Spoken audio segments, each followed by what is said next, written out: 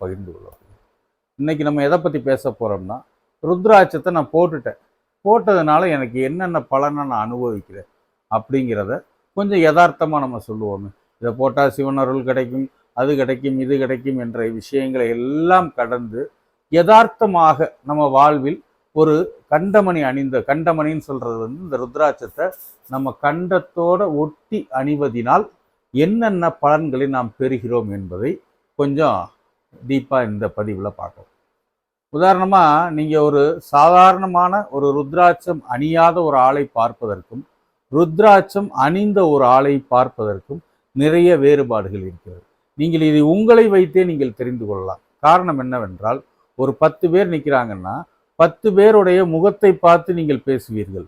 அதே இது ஒரு கண்டமணி என்று சொல்லக்கூடிய இந்த ருத்ராட்சத்தை கழுத்தை ஒட்டி அணிந்த ஒரு ருத்ராட்சத்தை அணிந்தவரை பார்த்தீர்கள் என்றால் உங்கள் பார்வையை அந்த ருத்ராட்சம் முதலில் ஈர்க்கும். யாருடைய பார்வை எங்கே ஈர்க்கப்படுகிறது என்றால் ஒரு ருத்ராட்சத்தை நோக்கி ஈர்க்கப்படும். இதற்கு முதல் பதிவில் ருத்ராட்ச